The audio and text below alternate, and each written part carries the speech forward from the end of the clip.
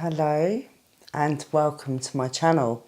If you're new to my channel's all about my spiritual awakening and how I've come through trauma and really just to share my experiences with you with hope that I can help you along on your journey just as mine is. It's been tough, I won't lie, but I have a lot still I want to share with you, and one of the things I want to share is something that's really worried me, and I wasn't going to share this, and I may not actually share it out. I might just record it and then change my mind. But I worked for the NHS and I worked there for 15 years. I did all sorts of things and I worked my way up. I started as a healthcare assistant and I worked my way up into endoscopy. I did many things and I was a band 3, so I did really well. And the manager changed because the manager that I had was amazing. She was lovely. And then we had a new manager and she was just what you call a bitch from hell. She was to me anyway, and I'd worked beside her on one of the wards, and when I worked on the ward, she used to be real funny with me. So I'd had run-ins with her. So anyway, I worked for this company, and everything was fine. And this new manager started, and she wanted to change everything. She wanted to change all the equipment, and we all. Obviously we had to go along with it. So she changed this new equipment and she changed it. The chemicals we were using, we wasn't taught really that well about the actual chemicals and how dangerous they were. I know the smell used to be because it's perisotic acid, I know the smell was like vinegar, and they'd put this at the back of theatres where they were operating on people's eyes in the very next room. This was like a scrub room. And I didn't agree with it from day one because no sooner had I started working with it, it was hurting my chest. And I brought this up with endoscopy health, and they monitored my my chest and done my resps and done one of those where you have to blow in to see what level I was breathing it out. And anyway, cut a long story short, they ended up diagnosing me with asthma. Now the asthma was due to the chemicals. So yes, I've smoked in my time, but I never suffered like this. And I was I had pain in my chest. It was very heavy. I was having breathing problems. Anyway, I had to leave this job and get another position because I couldn't work around the chemical anymore. So I left there and I took another job. And I did okay, but it wasn't what I really wanted. And finally I left the job.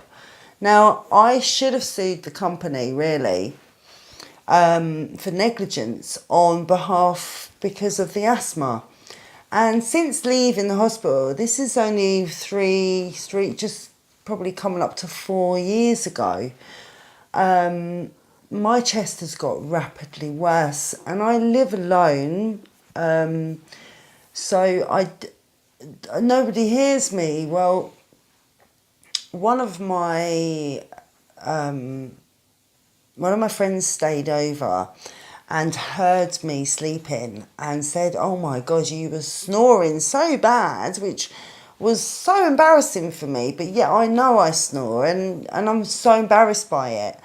And they told me, he told me that, I wasn't breathing properly. So I took myself to the doctors, and the doctor examined my chest and listened to me. And I said I'm breathless and all sorts of things. And I said, I just want an asthma pump, really. So anyway, she listened and she said one of my right lung isn't taking in oxygen.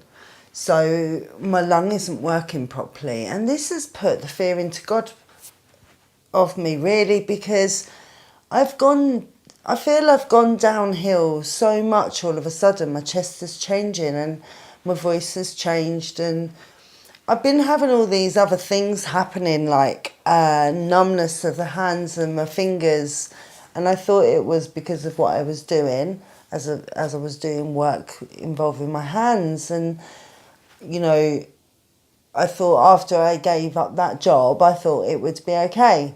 And it's still a little bit bad. So anyway, I went on Google, I typed it in, lung cancer, and I found that the numbness in your hands can be a sign of lung cancer.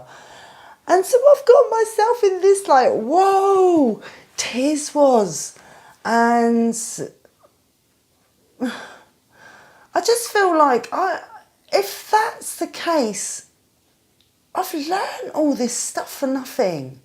So I need to share as much as I can, and even if I don't post it and someone finds it on my phone, like whenever and it gets posted, you know, I'm not being negative. I don't know, I just have this like, what? You know, I don't know. I don't know where this is coming from, what I'm doing, why I'm telling you this, but I'm very passionate about what I do, and it's not been the best deal within the NHS.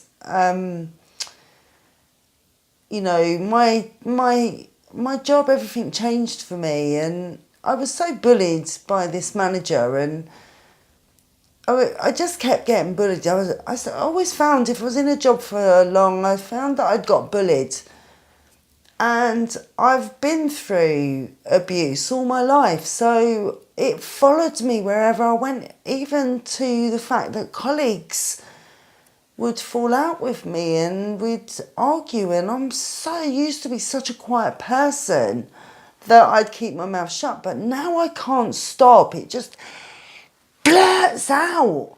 I can't stop myself, which isn't really that good, because I try to control myself, and sometimes, you know, you just got to be quiet, haven't you? And there's times when you just can't, and more or less I'm just struggling that I can't hold on to what I have to say to people, because I just see through people these days, and I struggle to not judge them, which is really bad, and I don't want to judge anybody. So I ever find myself judging, I will have a word with myself and say, don't you dare judge somebody, because you don't know anybody until you've took a few steps or a couple of miles in their footsteps, and you've lived their life, and you understand why they are how they are and what's made them like they are. And you know, we go around judging everybody, don't we? We all do it. We're taught it from a very early age, and you know, it starts as kids in the playground when you're teasing another kid and being horrible to them. You don't know how much it's going to hurt, but you just do it because you just think it's funny. And you know, I blame a lot of the media for this, because, you know, we're so manipulated by the TV, and people are going crazy and having like their faces injected, and they're having their bums injected, and they're having everything's fake, and it's like this is all done through the TV, and they've manipulated the viewers, the youngsters. They've picked on the youngsters around the 20 age to have fillers in their face and Botox and make it sound that it's all right, and it's not. It's not. And even one of my daughters, I love her to pieces, but she's had Botox or she's had filler, and I can't stand in her way. I can't tell her what she's doing. It's her life, it's her journey, and I won't. But you know, come on guys, please just be a little bit aware of what's going on out there, because we're so manipulated. If you took away your TV and we took away our phones and we took away the internet, life would be a bit more normal again. But it's changing. Look around you. Everything is changing. I'll leave it with you there. I hope this, I don't know if this helps you or what, but I just feel that I had to share. I'm even in my PJs. I just felt I had to share, and I've done it now. I don't know if it's going to be all right. I don't know if it's going to make sense, but I've done it now, and I've got it off my chest. And I do think, you know, there's a lot of negligence going on out there, guys, and you know, we should put a stop to it, and we should speak up. And I've learnt from that, and no more frustration from me, because now I just say it. And if it offends and the person's a bit taken back by me actually saying, do you know what, no, I won't, or no, do you know, don't expect it, because I know for one that expectations are the worst, because if you expect, then you know you're just going to be let down for your life. Never expect, never have expectations, and you won't get let down. Anyway, I'm going to leave it there. I said that. Love, light and peace to you all, okay? Thanks for listening. Please like, subscribe, and give me a thumbs up if you like what you've seen. Okay, thank you. Peace.